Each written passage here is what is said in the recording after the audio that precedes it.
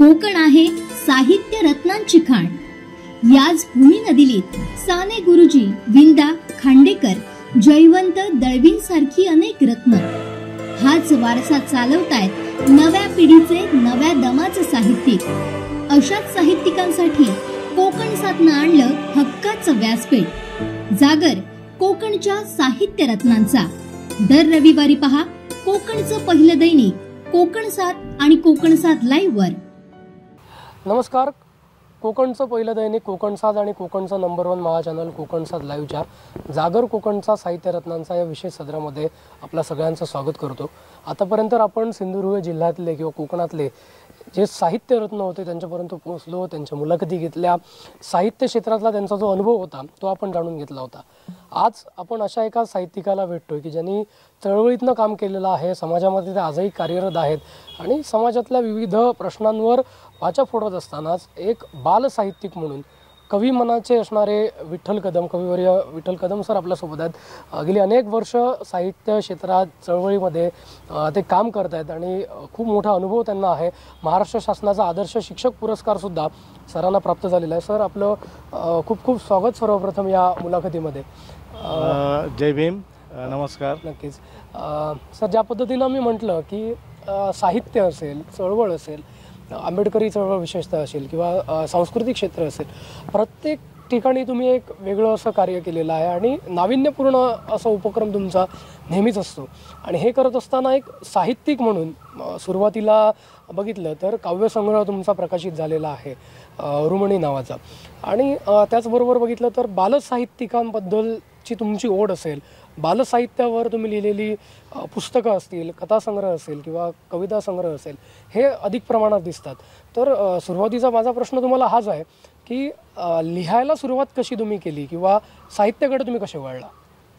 हा प्रथम या कोकण सातच्या अभिनव आणि समाज मूल्यावर आधारलेल्या साहित्यिक उपक्रमाला पहिल्यांदा शुभेच्छा। आणि आपण आत्ता मुलाखतीसाठी ज्या भूमीमध्ये आपण बसलेलो आहोत, जिथे महामानव भारतरत्न डॉक्टर बाबासाहेब आंबेडकर यांच्या पदस्पर्शाने ही सुंदरवाडी पुणीत झाली आणि सावंतवाडी नगर परिषदेने या क्षणाचं औचित्य साधून ही ऐतिहासिक वारसा इथे जतन केला आहे। अशा या भूमीमध्ये आज आपण बसलेलो आहोत। तुमचं आणि आमचं दोघांचंही भाग्य आहे। कोकण सातला खऱ्या अर्थाने मी धन्यवाद देतो। आणि जो तुमचा प्रश्न आहे की साहित्य लेखन असेल किंवा वाचन असेल, या गोष्टीकडे पाहायला किंवा लिहायला मी कसा वळलो, मुळातच साहित्य म्हणजे जगणं आहे आणि जे जगणं बालवयामध्ये किंवा बालविश्वामध्ये आमच्या वाट्याला आलं, तिथून समाजाकडे पाहायचा एक दृष्टिकोन किंवा एक दिशा मिळत गेली। महामानव डॉक्टर बाबासाहेब आंबेडकर किंवा तथागत भगवान गौतम बुद्ध यांच्या प्रतिमा म्हणजे अतिशय हलाखीची परिस्थिती असतानाही माझ्या बापाने किंवा आईने घरामध्ये या 2 प्रतिमा ज्यावेळी लावल्या होत्या आणि त्या प्रतिमा पाहिल्यानंतर हे महामानव कोण असतील किंवा यांच्या प्रतिमांचं पूजन, म्हणजे त्यावेळी दारातल्या तुळशीला ज्यावेळी पूजा केली जायची तेव्हा बाप माझा येऊन बुद्धाच्या किंवा आंबेडकरांच्या प्रतिमेलाही वंदन करायचा। त्यावेळी हा बालपणी प्रश्न पडला की हे महामानव कोण आहेत, आणि यातून जे स्फुल्लिंग किंवा जी ऊर्जा निर्माण झाली की यांना जाणण्याची, त्यातून छोटी छोटी पुस्तकं वाचताना आंबेडकरी विचार किंवा बुद्धांचा विचार हा करुणेकडे किंवा माणसाकडे एका वेगळ्या व्यापक दृष्टिकोनातून पाहण्याचा विचार, आणि हा विचार ज्यावेळी आपल्याला समजतो त्यावेळी तो आपण चित्रातून असेल, गाण्यातून असेल किंवा आपल्या शब्दातून असेल, म्हणजे मुळातच आंबेडकरी विचार हा व्यक्त व्हायला आपल्याला शिकवतो किंवा बुद्धाचा विचार हा आपल्याला माणसाकडे पाहायला शिकवतो आणि समोरच्या माणसाला मला काहीतरी सांगायला हवं किंवा माझ्याबद्दलच्या भावना मांडायला हव्यात, त्या माझ्या व्यक्तिगत जरी भावना असल्या तरी त्या समाजाच्या प्रातिनिधिक भावना असतात, या उद्देशानं विचार मांडला पाहिजे. म्हणजे काहीतरी बदल आपल्याला हवा आहे की मी जे जगतो आहे, माझ्या वाट्याला जे आलेलं आहे ते बदललं पाहिजे. यासाठी मला लिहिलं पाहिजे की माझी जी इतर भावंडं आहेत किंवा जी व्यवस्था आहेत किंवा देशामध्ये अशा प्रकारची जी विषमता आहे ते बदललं पाहिजे. आणि आपण हा देश, हा समाज, भारतीय समाज हा समतेवर गेला पाहिजे. याच्यासाठी ज्यांनी आपलं आयुष्य खर्च केलं किंवा रक्त सांडलं त्या वाटेने आपण गेलं पाहिजे असं काहीतरी बालमनामध्ये आलं. शाळेत शिकताना, धडे वाचताना किंवा गुरुजींचं मार्गदर्शन मिळताना नेहमी असं वाटत गेलं आणि हे लिहिलं पाहिजे, हे सांगितलं पाहिजे, व्यक्त झालं पाहिजे. या भावनेतून कविता म्हणा किंवा कथा म्हणा हे लिहिण्याची एक उर्मी माझ्यामध्ये निर्माण झाली. नक्कीच. मी पुन्हा बालसाहित्याबद्दल विचारायला मला आवडेल, कारण इथे आम्ही पाहतोय की एकदा काय झालं किंवा साने गुरुजींच्या बाबतीतला असेल किंवा बालसाहित्याकडे तुमचा जास्त कल दिसतो किंवा बालसाहित्यावर जास्त तुमचं लिखाण दिसतं. तर यामागचं नेमकं कारण काय? कारण तुम्ही स्वतः एक जिल्हा परिषदचे प्राथमिक शिक्षकसुद्धा आहात आणि लहान मुलांमध्ये रमणं, त्यात वावरणं हे पण त्या शिक्षकांना आवडतं. त्यातले एक तुम्ही शिक्षक आहात, त्यामुळे बालसाहित्याचा जो काही परिणाम आहे, काही लिखाण आहे, हे यातनंच झालं का? वास्तववादी खरं सांगायचं झालं तर माझं जे बालपण गेलं ते मुळातच आईच्या पोटातनं ज्यावेळी मी जन्माला आलो, ते एक अपंग मुलगा म्हणून जन्माला आलो. वयाच्या 10व्या वर्षापर्यंत एका पायाने लंगडा असल्यामुळे एक लंगडा म्हणून एक हिणवलं गेलं. असा कसा बाई, देवाचा देवाबाई लंगडा. म्हणजे गुरुजी त्या सगळ्या मुलांच्या घोळक्यामध्ये मी लंगडा असल्यामुळे उभं करून हे गीत म्हणायचे. आणि त्यावेळी असं वाटत गेलं की या ठिकाणी मला हिणवलं जात आहे. तर अशी व्यंगाने असलेली मुलं आहेत, त्यांना कशा पद्धतीने हिणवलं जात असेल, तर या मुलांच्या भावना काय असतील, या मुलांचं म्हणणं काय असेल, ते आपण जर शोधलं आणि ते शब्दातीत केलं तर त्याला साहित्यामध्ये बालसाहित्य म्हणतात किंवा तो एक बालविचार आहे, ही एक वेगळी गोष्ट आहे. परंतु 4 पावलं दूर ही जी माझी बाल कादंबरी आहे, तर ती आज समाजामध्ये जी मुलं रिमांड होममध्ये आहेत, बाल सुधारगृहामध्ये आहेत, की ज्यांच्या हातून बालवयामध्ये काहीतरी चूक घडली आहे किंवा काहीतरी मोठा गुन्हा घडला आहे आणि त्या गुन्ह्याखाली ही मुलं रिमांड होममध्ये आज आहेत, बाल सुधारगृहामध्ये आहेत, तर या मुलांचं भावविश्व काय असेल. म्हणून ज्यावेळी त्या मुलांशी मी संभाषण केलं, संवाद साधला, त्यावेळी त्या मुलांकडनं मिळालेली जी उत्तरं आहेत तर त्यांना गुन्हेगार ठरवलं गेलं आहे. म्हणजे मोठ्या माणसाने आपलं म्हणणं किंवा आपलं भावविश्व त्या मुलांवर लादण्याचा प्रयत्न केला. आपल्या दृष्टिकोनातनं त्या मुलांना गुन्हेगार ठरवण्याचा प्रयत्न केला आणि त्यामुळे ती मुलं गुन्हेगार ठरलीत. उदाहरणार्थ शाळेमध्ये ज्यावेळी एखाद्या बाई आपल्या मुलाला शाळेत घेऊन येतात आणि ती टेबलावर बसवतात, फळ्याकडे नाचवतात, आपल्या मुलाचे ज्या पद्धतीने लाड करतात त्या पद्धतीने समोर वर्गात बसलेल्या मुलांना ते प्रेम मिळत नाही. ती मुलं बाईंकडे पाहतात की बाई आमच्यावर असं का नाही प्रेम करत. आणि याच्यातून त्या बाईंच्या मुलाला मुतारेमध्ये नेऊन ती मुलं ज्यावेळी जखमी करतात आणि ज्यावेळी त्या जखमी करणाऱ्या मुलांवर केस दाखल होते त्यावेळी तो बाल गुन्हेगार ठरतो. परंतु त्या मुलांनी केलेली कृती ही स्वतःच्या एक त्या प्रेमासाठी केलेली आहे. आणि अशा प्रकारचं बाल साहित्यातून जे बालांचं विश्व आहे, म्हणजे बालांचं जग आहे, बालांचं मन आहे, हे अधिकाधिक कसं मांडता येईल. आणि माझं कर्मभूमी ही शिक्षक असल्यामुळे, अध्यापन असल्यामुळे मला अशी मुलं भेटली की ती 4 भिंतीत मावणारीच नव्हती. मी त्यांना शिकू पाहतोय परंतु त्यांचं भावविश्व 4 भिंतीच्या बाहेर कधीच म्हणजे 4 भिंतीच्या बाहेरचं आहे. म्हणजे माझ्या पलीकडेही ते मोठा विचार करतायत. मग 4 भिंतीच्या बाहेर, 4 भिंतीत न मावणाऱ्या मुलांना आपण काय देणार आहोत, त्यांचं भावविश्व आपण कसं उमलवणार आहोत, हे काहीतरी आपण सांगितलं पाहिजे या विचाराने.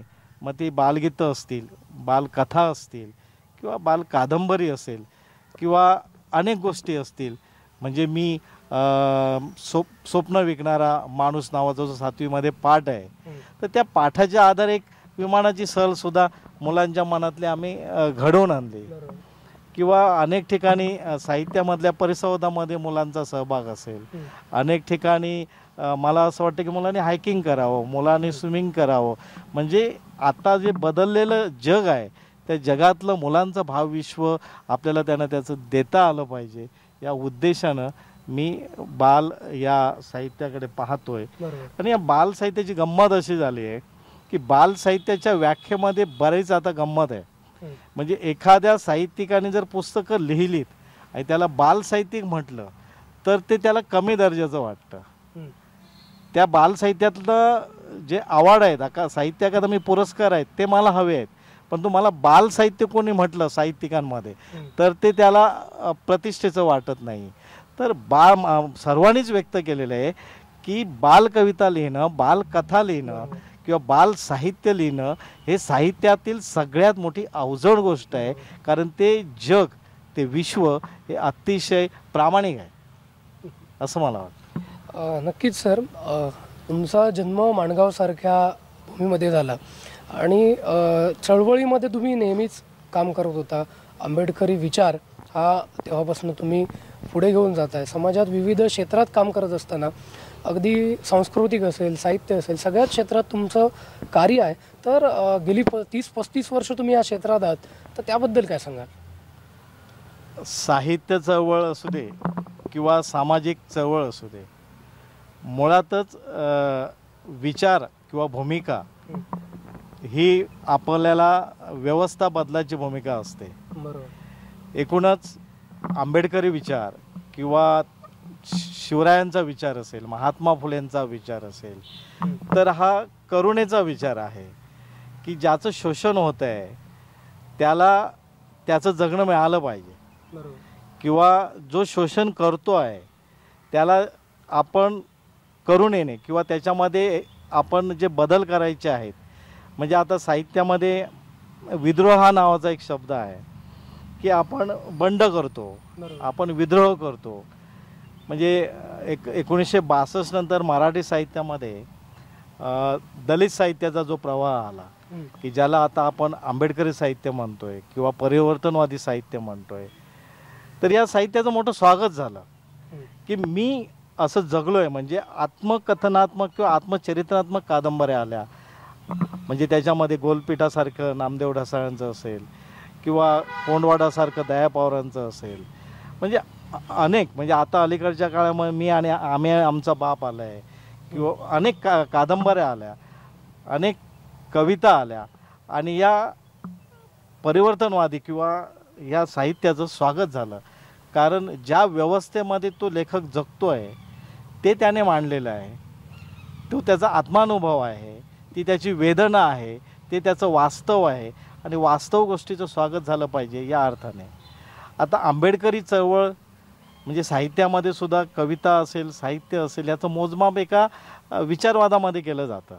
म्हणजे हे देशीय साहित्य आहे, हे मार्क्सवादी साहित्य आहे, हे फुले शाहू आंबेडकरवादी साहित्य आहे. तर सामान्य वाचक आहे ना, त्याला त्या साहित्याच्या वादात पडायचं नसतं. तर ते पुस्तक असेल, ती कादंबरी असेल, ती कथा असेल, ती त्याला त्याची जवळची किती वाटते, त्याच्या जगण्यातली किती वाटते, यातून ते त्या पुस्तकाचं स्वागत होतं, त्या साहित्याचं स्वागत होतं. म्हणजे बऱ्याच अंशी आपण आपल्या पूर्वीच्या साहित्यकांना रंजनवादी साहित्य म्हटलं, कल्पनावादी साहित्य म्हटलं. पण ते कल्पनावादी रंजनवादी साहित्य जरी असलं तरी त्याचा एक वाचक होता. तर अशा अर्थाने आंबेडकरी साहित्याचं दालन हे आज संपूर्ण विश्वामध्ये एक मोठ्या अर्थाने उभं राहिलेलं आहे. परिवर्तनवादी साहित्य आपण त्याला म्हणू किंवा विद्रोही साहित्य म्हणू. पण या साहित्याच्या निर्मितीमागचा मूळ जो उद्देश आहे तो माणूस जोडणे हाच आहे किंवा विश्वामध्ये समता निर्माण करणे हाच आहे किंवा विश्वामध्ये शांती निर्माण करणे हाच आहे किंवा विश्वामध्ये नवा विचार प्रस्थापित करणे हाच उद्देश आहे. आता एकंदर आपल्या इथल्या चळवळी म्हणजे आंबेडकर चळवळीत भाग घेताना मेन मुद्दा जो आहे की मी माझा विचार मांडला पाहिजे, हे बरोबर आहे. परंतु आंबेडकर चळवळीतीलही आपले जे कार्यकर्ते आहेत किंवा जो आपला दृष्टिकोन आहे हा सुद्धा काळाच्या बरोबर आता कमकुवत होत चाललेला आहे. म्हणजे बुद्धाने दिलेला जो महान विचार आहे, बाबासाहेबांचा जो महान विचार आहे, तो आता संकुचित दृष्टिकोनातनं कार्यकर्ता घेऊन पुढे चाललेला आहे. उदाहरणच सांगायचं झालं तर ज्यावेळी पॅन्थर नावाची कविता मी लिहिली, म्हणजे पॅन्थर ही महाराष्ट्रामध्ये अशी एक चळवळ उभी राहिली होती की साहित्यिकांमधले जे सुजाण साहित्यिक किंवा सुजाण युगपुरुष यांनी ही चळवळ उभी केली आणि जशास तसं परिवर्तनाचं पाऊल त्यांनी घेऊन, क्रांतीचं पाऊल घेऊन पुढे गेले.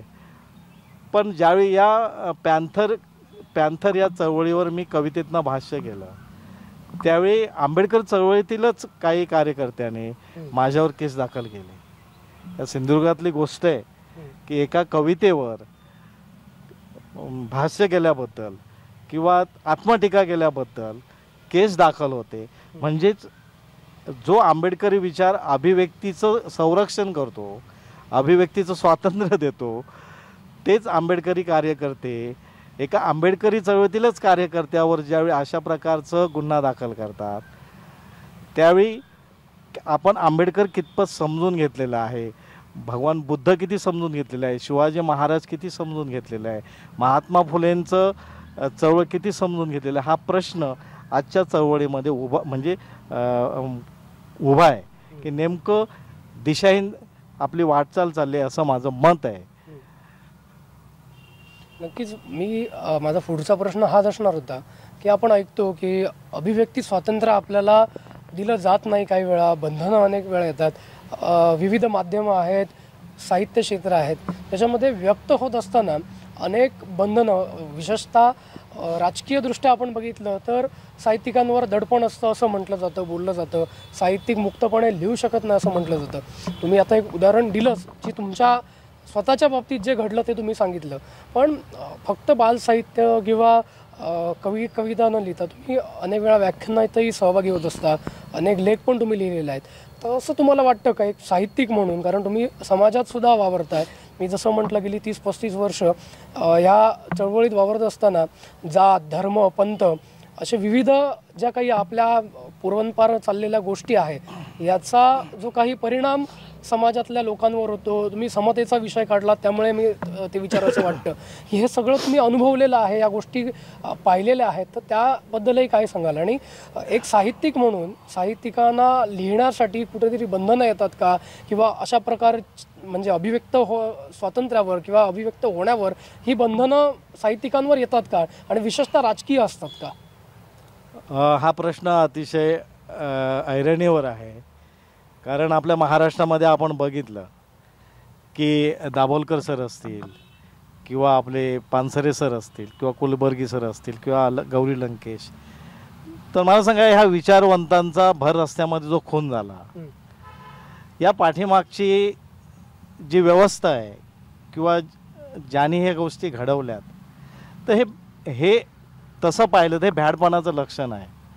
कारण विचारांची लढाई म्हणजे हा भारत देश आहे, इथलं सामाजिक जे ऐतिहासिक वातावरण आहे हे समतेचं आहे.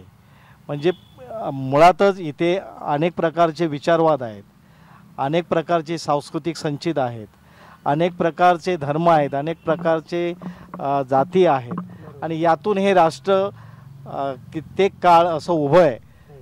आपल्या मनातील विचार एखाद्या माणसाला मांडण्याचा संविधानाने तो हक्क दिलेला आहे, परंतु या विचारांची लढाई लढण्याची ताकद ज्या मनोवाद्यांमध्ये नाही आहे, ज्याला आपण म्हणतो म्हणजे विचारांची लढाई लढण्यासाठी जो त्यांच्यामध्ये विचारवाद पाहिजे किंवा जी क्षमता पाहिजे ती आजपर्यंत निर्माण झाली नाही आहे. कारण त्याने शिवाजी महाराजांना स्वीकारलेलं नाही आहे, त्याने महात्मा गांधींना स्वीकारलेलं नाही आहे, महात्मा फुलेंना स्वीकारलेलं नाही आहे, डॉक्टर बाबासाहेब आंबेडकरांना म्हणजे शिवाजी महाराज असतील, महात्मा गांधी असतील, आंबेडकर, महात्मा फुले या व्यक्ती नाही आहेत, तो एक विचार आहे. माणसाच्या स्वातंत्र्याचा विचार आहे, माणसाच्या अभिव्यक्तीचा विचार आहे, माणसाच्या नवभूमीचा विचार आहे आणि हा नवभूमीचा किंवा नवक्रांतीचा विचार तुम्ही नाकारणारे कोण आहात? म्हणजे आजच्या परिस्थितीमध्ये आपल्या सावंतवाडीतलं जर उदाहरण घेतलं तर ज्येष्ठ कादंबरीकार प्रवीण बांदेकर सर आहेत.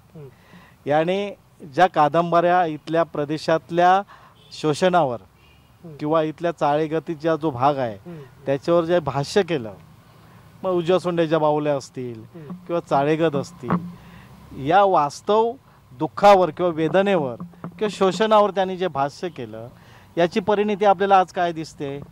तर प्रवीण बांदेकर हे लेखक आज हिटलिस्टवर आहे आणि ते हिटलिस्टवर असल्यामुळे आज त्यांना संरक्षणामध्ये मुलांना वर्गात शिकवावं लागतं. हे चित्र इथल्या सुजाण नागरिकांना, विचारवंतांना, प्राध्यापक वर्गांना हे दिसत नाही का की हा नेमका विचार काय आहे? मुळात ते हिटलिस्टवर असतील नसतील हे माहीत नाही, परंतु एक दहशत निर्माण करणे. तुम्ही जर अशा प्रकारचा विचार मांडत असाल, बोलत असाल तर तुम्ही मारले जाल, तुम्हाला संपवलं जाईल. हा जो विचार आहे हा आज फार मोठा विचार झालेला आहे आणि हा इथल्या भारतीय संस्कृतीला, इथल्या परंपरेला, इथल्या समाजमानाला, इथल्या एकूणच गावराटीला हा विचार अतिशय घातक आहे.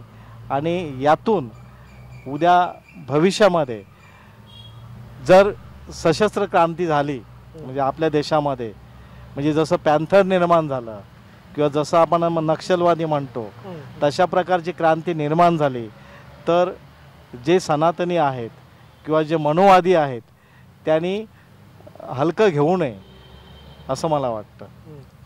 नक्कीच अगदी तुम्ही ह्याबद्दल बोलत असतानाच आत्ता व्याख्यानं अनेक होतात किंवा काही लोकांचं एक असमत आहे ह्या संपूर्ण घडामोडीवरच किंवा देशात म्हणा, राज्यात म्हणा, ज्या काही घटना घडतात त्याबद्दल साहित्यिक असतील किंवा आंबेडकरवादी अनुयायी असतील, गांधीवादी असतील किंवा शाहू आपले फुलेंचा विचारांचे काही लोक असतील, हे बोलण्याचं धाडस करत नाहीत असं काही व्याख्याते म्हणतात, असं त्यांचं मत आहे. याकडे तुम्ही कसं बघता? खरंच आताचे हे अनुयायी आहेत हे बोलण्याचं धाडस करत नाही असं वाटतं का, किंवा कोणती बंधनं त्यांच्यासमोर येतात त्यामुळे ते धाडस करत नसतील?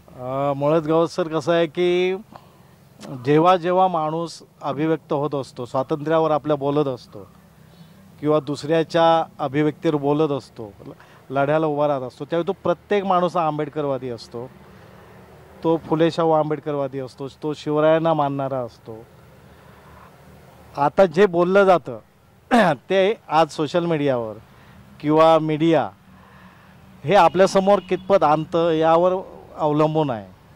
म्हणजे आज महाराष्ट्रामध्ये अनेक विचारवंत आहेत, चळवळीमध्ये प्रत्यक्ष ज्याने योगदान दिलं असे खूप विचारवंत आहेत, पण त्यांचे विचार किंवा त्यांचं म्हणणं हे मीडिया ज्यावेळी समोर आणेल त्यावेळी ते समाजाला कळेल. म्हणजे आजच्या देशातल्या परिस्थितीवर अनेक विचारवंत बोलत आहेत. आता परवा आपण असं म्हटलं की अनेकांचे यूट्यूब ब्लॉक केले जात आहेत. मग त्याच्यामध्ये आपले पत्रकार निखिल वागळे असतील, राजू परुळेकर असतील, अनेक चॅनेलवरचे संपादक, पत्रकार यांना मीडियाने बाजूला गेलेलं आहे. कारण मीडिया ही आज एका मालकी मीडिया झालेली आहे आणि त्या मालकाला जे काय अपेक्षित आहे ते बोललं गेलं पाहिजे, ते दाखवलं गेलं पाहिजे. त्याच्यामुळे विचारवंत बोलत नाही आहेत, विचारवंत मांडत नाहीत असं माझं मत नाही आहे. ते बोलत आहेत, परंतु जी समाजाकडे पोचवण्यासाठी प्रसारमाध्यमं पाहिजेत, साधनं पाहिजे, ती आपली नाही आहेत. माध्यमं ते दाखवत नाही आहेत, हे प्रमुख अडचण आहे. त्यामुळे आंबेडकरी चळवळीतील जे विचारवंत आहेत, जे लेखक आहेत, ते आपल्या लेखणीतनं मांडतायत. म्हणजे आता सिंधुदुर्ग जिल्ह्यामध्ये या चळवळी म्हणजे साहित्य चळवळीमध्ये अतिशय महत्त्वाचं मासिक जे आहे ते प्रसंवाद आहे. म्हणजे आबा म्हणजे आसो शेवरे या साहित्यिकाने या जिल्ह्यामध्ये आंबेडकरी चळवळीला एक भूमी दिली. त्यातून सम्यक साहित्य संसद अशी निर्माण झाली आणि आज जे साहित्यिक या सिंधुदुर्ग जिल्ह्यातून, कोकणातून निर्माण होत आहेत त्यांना बोलण्याची वाचा म्हणूया आपण किंवा भूमिका ही प्रसंवादने किंवा सम्यक साहित्य संसदने दिली. त्याच्यानंतर त्याने आपल्या काही मासिकं निर्माण केली असतील, आपल्या संस्था निर्माण केल्या असतील, बरोबर. पण मूळ जे धाडस आहे ते आंबेडकरी विचारातून मिळालं आहे. हे आजही या जिल्ह्यातील जे मान्यवर साहित्यिक आहेत, लेखक आहेत, विचारवंत आहेत, ते स्वीकारत आहेत. नक्कीच. त्याच्यामुळे शेवटी आपल्याला जो विचार मांडायचा आहे, आपल्याला जे झगडायचं आहे, ते या व्यवस्था परिवर्तनासाठी झगडायचं आहे, सगळ्यांच्या भल्यासाठी झगडायचं आहे, आपण एकमेकांना जोडून घेण्यासाठी झगडायचं आहे. माणूस म्हणून हा समाज कसा उन्नतीकडे जाईल या गोष्टीसाठी आपल्याला लढायचं आहे. हा मूळ आंबेडकरी विचार आहे, हा मूळ बुद्धांचा विचार आहे, हा शाहू महाराजांचा विचार आहे, हा शिवरायांचा विचार आहे आणि हा विचार मानवतेचा आहे, हा विचार सत्याचा आहे. त्याला कितीही झाकळण्याचा प्रयत्न झाला तरी तो विचार जिवंत राहणार.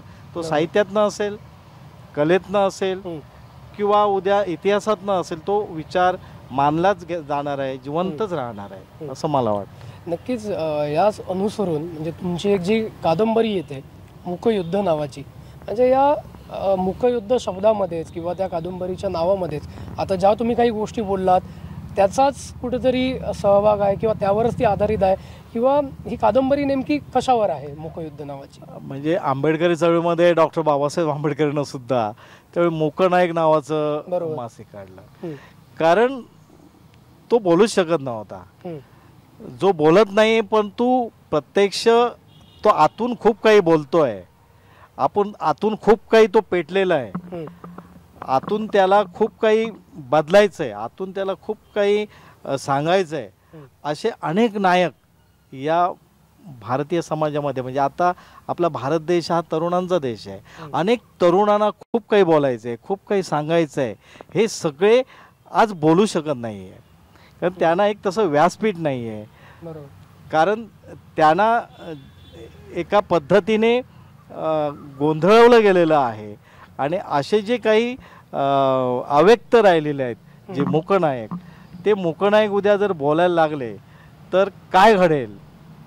म्हणजे जेव्हा बाबासाहेबांनी बहिष्कृत भारत किंवा मुकनायक अशा प्रकारची मासिकं, हा विचार त्यातून जो विचार पुढे आला, त्यावेळी समाज जागा झाला, मुका समाज बोलू लागला, वाचा फुटली त्यांना.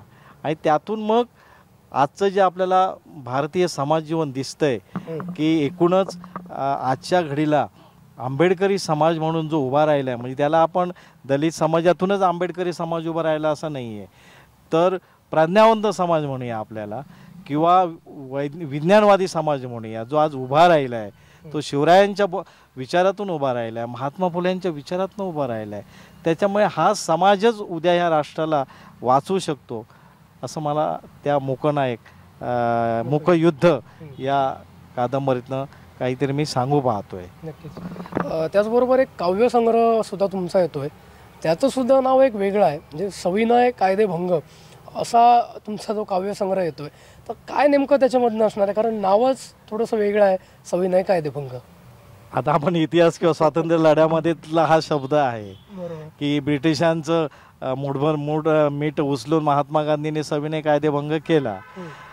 म्हणजे हा सम्यक विचार आहे की आम्हाला सविनय जे बदल हवा आहे तो सत्याग्रहातून हवा आहे, तो आम्हाला प्रेमातून हवा आहे, आम्हाला हत्यारातनं किंवा शस्त्रातनं रक्तक्रांती करायची नाही आहे. जी आपण आज पाहतोय की एक व्यवस्था अशी उभी राहिलेली आहे की शस्त्र हातात घेऊन उभी राहिली आहे की तुम्ही असं बोलाल तर तुमचं मुंडकं छाटलं जाईल, तुम्ही असं कराल तर तुमची जीभ छाटली जाईल. हा विचारच मानवी जीवनाला घातक आहे. त्यानंही आपण बदललं पाहिजे की हा विचार हा विचार म्हणजे हिंसा आहे, मानवी हिंसा आहे आणि हा निसर्गाचा विचार नाही आहे. त्यामुळे जे काही आम्हाला मांडायचं आहे, म्हणजे जरी मला कायदेभंग करायचा असेल, म्हणजे तो संविधानात्मक विचार असा तो तसं सांगता येणार नाही, परंतु सविनय ज्यावेळी असं काही घडेल त्यावेळी जे बंड केलं, म्हणजे पॅन्थर चळवळीने बंड केलं किंवा आता अनेक ठिकाणी भीम आर्मी बंड करते किंवा नक्षलवादी बनून काही तरुण आपल्या हक्कासाठी झगडत आहेत, तर त्यालासुद्धा आपण सविनय कायदेभंगच म्हणता येईल की कायदे व्यवस्था किंवा कायद्याचं संरक्षण करणारेच जर आपल्याला मारेकरी असतील तर प्रसंगी मलासुद्धा सविनय कायदेभंग करून या देशाचं जे संविधान आहे किंवा देशाचं हे मूळ मानवी मूल्यावरचा तो समतेचा विचार आहे, स्वातंत्र्याचा विचार आहे, प्रत्येकाच्या अस्तित्वाचा विचार आहे, याचं रक्षण मला केलं पाहिजे असा विचार तो मी पुढे घेऊन मांडण्याचा प्रयत्न करणार आहे. नक्कीच आंबेडकर जयंतीसुद्धा अगदी जवळ येते. आपण पाहतो आजच्या समाजामध्ये या महापुरुषांच्या जयंत्या जेव्हा असतील, मग अगदी छत्रपती शिवाजी महाराजांची जयंती असेल, पुण्यतिथी असेल, डॉक्टर बाबासाहेब आंबेडकरांची असेल, शाहू फुले आंबेडकर, म्हणजे हा एक महाराष्ट्रातला विचार जो आहे, या महान लोकांची जेव्हा जयंती असते तेव्हा अनेक जण डोक्यावर फेटे बांधून हाती झेंडे घेऊन घोषणा देतात, त्या जयंत्या डीजेच्या तालावर साजऱ्या करतात. काय सांगाल एक साहित्यिक म्हणून, एक या चळवळीतले कार्यकर्ते म्हणून, या महामानवांकडनं, या युगपुरुषांकडनं आजच्या पिढीनं काय गुण घेतले पाहिजे, काय बोध घेतला पाहिजे फक्त जयंत्या आणि पुण्यतिथ्या साजऱ्या न करता? आपल्या देशामध्ये आता अनेक प्रकारचे राष्ट्रीय सण म्हणजे उत्सवच साजरे केले जातात, परंतु शिवरायांचा जो विचार आहे, महात्मा फुलेंचा विचार आहे, शाहू महाराजांचा विचार आहे किंवा त्या परिवर्तनवादी महापुरुष आहेत त्याने दिलेला जो विचार आहे तो विचार आत्मसात करणं गरजेचं आहे. बाबासाहेबांचा जो विचार आहे तो आपल्याला समतेकडे घेऊन जाणार आहे, बंधुभावाकडे घेऊन जाणार आहे, प्रज्ञेकडे घेऊन जाणार आहे किंवा क्रांतीकडे घेऊन जाणार आहे. तर ही नेमकी क्रांती कुठली आहे?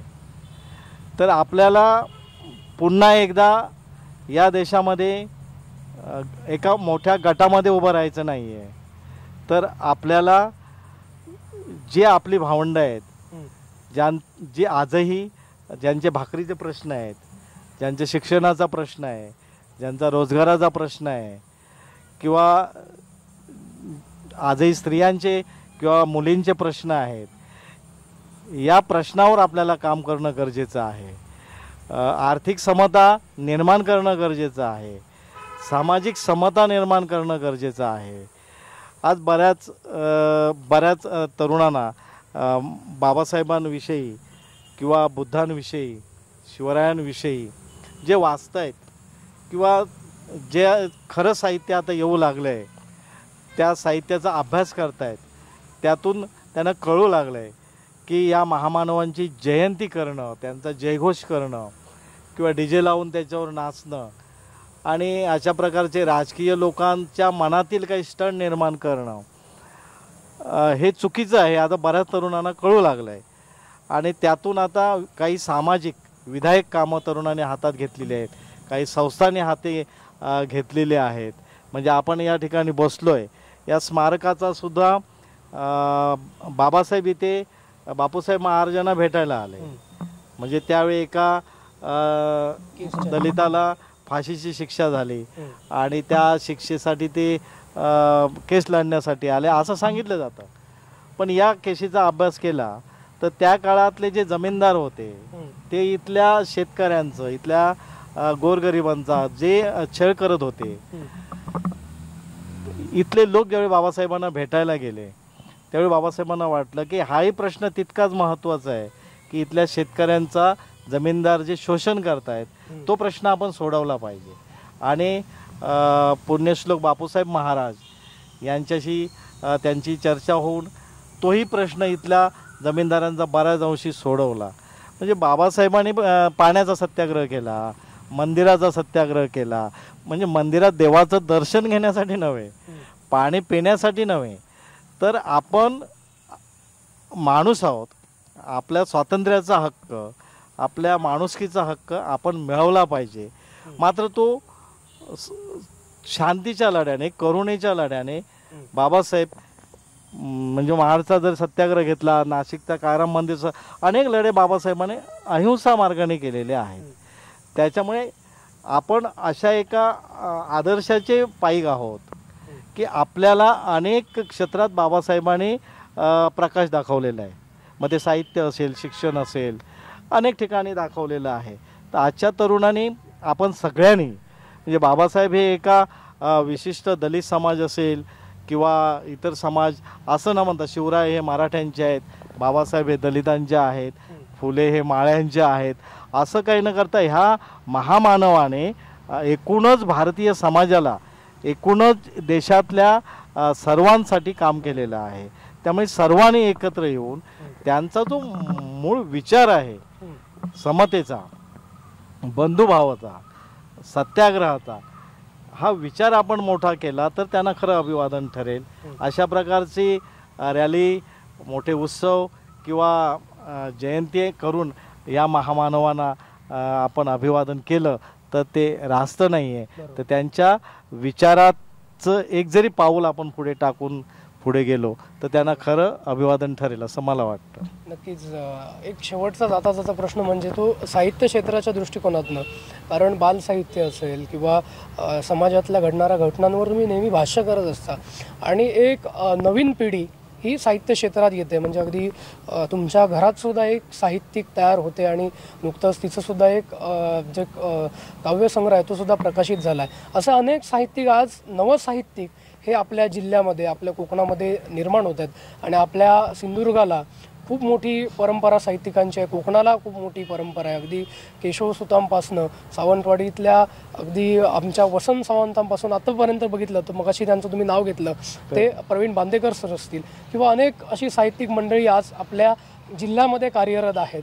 तर येणाऱ्या पिढीने कशा पद्धतीनं पुढे यायला पाहिजे, साहित्य क्षेत्रात काम करत असताना कोणता दृष्टिकोन समोर ठेवला पाहिजे किंवा प्रगल्भ साहित्य निर्माण करण्यासाठी कशा पद्धतीनं त्यानं अभ्यास केला पाहिजे, त्यांना काय मार्गदर्शन करा? एकूणच आज साहित्य चळवळीकडे एक गंमत म्हणून बघितलं जात आहे. सिंधुदुर्गातले साहित्य, जे साहित्यिकांचं लेखन आहे किंवा कोकणातील एकूणच साहित्यिकांनी महाराष्ट्राला किंवा भारतभूमीला महान साहित्य दिलेलं आहे हे आपल्या सगळ्यांना माहीत आहे. त्याच्यानंतर ही खरं तर सृजनभूमी आहे. म्हणजे या भूमीवर इथे या आंबेडकर चौकात अनेक कवी संमेलनं आम्ही घेतली, आंबेडकर चौकातील कविता म्हणून, आणि जे आपल्या मस्तकात बिंबवलं जात आहे की ही कोकणी परशुरामाची भूमी आहे. खरं तर ही कोकणी शिवरायांची भूमी आहे. कारण या भूमीवर शिवरायांनी आपला त्याग किंवा आपले लढा उभा केला आणि आपले जे शोषण आहे, आपले जे शत्रू आहेत त्यांना त्यांनी पळवलेलं आहे. आणि आपण जर नजर टाकली तर तो मग सिंधुदुर्ग किल्ला असेल, रांगणागड असेल, अनेक रायगड असेल, तर या कोकण भूमीमध्ये शिवरायांनी उभी केलेली क्रांती लढ्याची स्मारकं आहेत. तर अशा प्रकारचं साहित्यामधून आपल्या मस्तकामध्ये घातलं जातं की ही भूमी परशुरामाची आहे. तर अशा प्रकारच्या साहित्यामध्ये सुद्धा तो वाद निर्माण झाला. तर आजच्या साहित्यिकांनी सुद्धा, म्हणजे जे लेखक पाहत आहेत किंवा जे लिहित आहेत, तर प्रत्येकाचं लेखनापाठीमागची जी भूमिका आहे ती त्यांनी निश्चित करायला हवी. आणि मूळ साहित्याचा जो उद्देश आहे की मनोरंजनासाठी साहित्य की जगण्यासाठी साहित्य, तर आजच्या 21व्या शतकामध्ये, आजच्या क्रांतिकारक या युगामध्ये आजचं साहित्य म्हणजे आज आपण पाहिलं तर एक पठारावस्था आल्यासारखी झालेली आहे की आपण जो विचार मांडतो आहोत तो विचार परत मांडतो आहोत का, किंवा तो विचार आपण तपासून घेतला आहे का, तो विचार पाठीमागे, मग विचार मांडण्या पाठीमागची आपली नेमकी भूमिका काय आहे हे तपासून घेणं गरजेचं आहे. आणि बऱ्याच अंशी जगण्यासाठी मला मांडायचं आहे, माझ्या आतला तो उद्गार म्हणून मला मांडायचं आहे. मग त्या ठिकाणी बऱ्याच अंशी पुरस्कार ही गोष्ट साहित्यामध्ये आज फार मोठी उभी राहिलेली आहे की एखादा पुरस्कार मिळाला म्हणजे ते साहित्य खूप उंचीचं साहित्य. तर वाचकासाठी, आपल्या समोरच्या समाजासाठी आपण नवा विचार कोणता देतो आहोत आणि त्याला जगण्याचं भान आपण काय देत आहोत, त्यातून त्याला आपल्या पुस्तकातून काय मिळतं आहे हे फार महत्त्वाचं आहे. आणि त्यासाठी आपल्याला आधीचा काळ, वर्तमान काळ आणि भविष्यकाळ या 3 काळांचं भान साहित्यिक म्हणून आपल्याला अवलोकन असणं गरजेचं आहे. आणि आधीचे साहित्यिक असतील, आता आपल्या आधीचे ज्येष्ठ साहित्यिक असतील, यांना वाचणं गरजेचं आहे. आणि त्यातून आपल्या लेखनापाठीमागची भूमिका ही आपल्याला ठरवावी लागेल. आणि त्यासाठी मग आवश्यक जो त्याग आहे, म्हणजे वेळ प्रसंगी मी लिहिलं आणि माझ्यावर दगड पडतील तर त्याच्यासाठी घाबरायचं नाही आहे. मला लिहावं लागेल, कारण आता मी येणारं माझं एक पुस्तक आहे, तर या कोकणातील आजही दलितांवरचे अत्याचार जे समोर येत नाही आहेत पण घटना घडत आहेत, आजही जातीयवादाच्या घटना घडत आहेत, आजही जिवंत जाळलं जातं आहे, आजही नग्नधिंड काढली जाते, आजही आंतरजातीय विवाह केलेल्या मुलीला उंबरठ्याच्या बाहेर फेकलं जातं आहे, त्या घरावर बहिष्कार टाकला जातो आहे. ही आपल्या सिंधुदुर्गातली वस्तुस्थिती आहे, आजही आहे. आजही त्याने पावणेरला आपल्या घरी देवाने यावं म्हटल्यानंतर देवळाकडचा पावणेर बंद केला जातो आहे. अशा प्रकारचं जातीयवादी आजही चित्र या आपल्या कोकणामध्ये जे अति घट्ट आहे, जे आपल्याला अदृश्य स्वरूपात आहे, ते त्याच्यावर आपल्याला लिहायचं झालं तर हळुवारपणे आपण व्यवस्था बदलाचा जो उद्गार आहे तो साहित्यातनं पुढे यायला हवा. आणि लिहिणाऱ्या साहित्यिकांनासुद्धा, क्रांतिकारी साहित्यिकांना समाजाने पाठिंबा द्यायला हवा. आणि महत्त्वाचं म्हणजे साहित्य वाचलं गेलं पाहिजे. म्हणजे आज प्राध्यापक प्रवीण बांदेकर यांच्या कादंबऱ्या असतील, अजय गांडर यांचे काव्यसंग्रह असतील, वीरधवल परबसारखं साहित्य असेल, गोविंद गाजरेकरांचं असतील, अनिल धाको कांबळे असतील, उषा परब असतील, मधुबाई हे तर आपल्या सर्वांचे मार्गदर्शक आहेत. मला तर माझी साहित्य प्रेरणा म्हणून ज्येष्ठ साहित्यिक विद्याधर भागवत, उषा भागवत याने एक मातीतला कवी अशा प्रकारची उपमा देऊन रोमणी नावाचा माझा पहिला काव्यसंग्रह काढला. तर अनेकांच्या प्रेरणा, आपल्या नेमक्या प्रेरणा आपल्याला ठरवाव्या लागतील. आपण ज्या प्रेरणा आपल्यासोबत असतात तशी आपली भूमिका ठरते. तर नवसाहित्यिक आपण मित्राने आपल्या प्रेरणा निश्चित केल्या पाहिजे, आपले आदर्श निश्चित केले पाहिजे. आणि मी कशासाठी लिहितोय ही भूमिका आपली निश्चित केली पाहिजे. आणि त्या भूमिकेसाठी पर्यायी आपल्याला जसं नारायण सुर्वेने कामगारांवर लिहिताना कामगार चळवळीचा झेंडा हातामध्ये घेतला, वसंत बापट असतील तर गरजा जय जयकार स्वातंत्र्याचा म्हणताना स्वातंत्र्य लढ्यामध्ये स्वतःला झोकून दिलं, किंवा नामदेव ढसाळांनी अनेक म्हणजे आज या देशातला मॅगसेस पुरस्कार मिळवणारा मोठा कवी, की अनेक महान साहित्यिक व्यक्त होत आहेत की नामदेव ढसाळासारखा कवी पुन्हा या देशामध्ये होणार नाही, की दुसरा तुकाराम किंवा दुसरा नामदेव अशा प्रकारचा महान कवी. तर त्यांच्या साहित्यावर आपण अभ्यास करायला हवा. अनेक महान साहित्यिक त्यांचा अभ्यास करून आपली पुढची वाटचाल ठरवायला हवी असं मला वाटतं.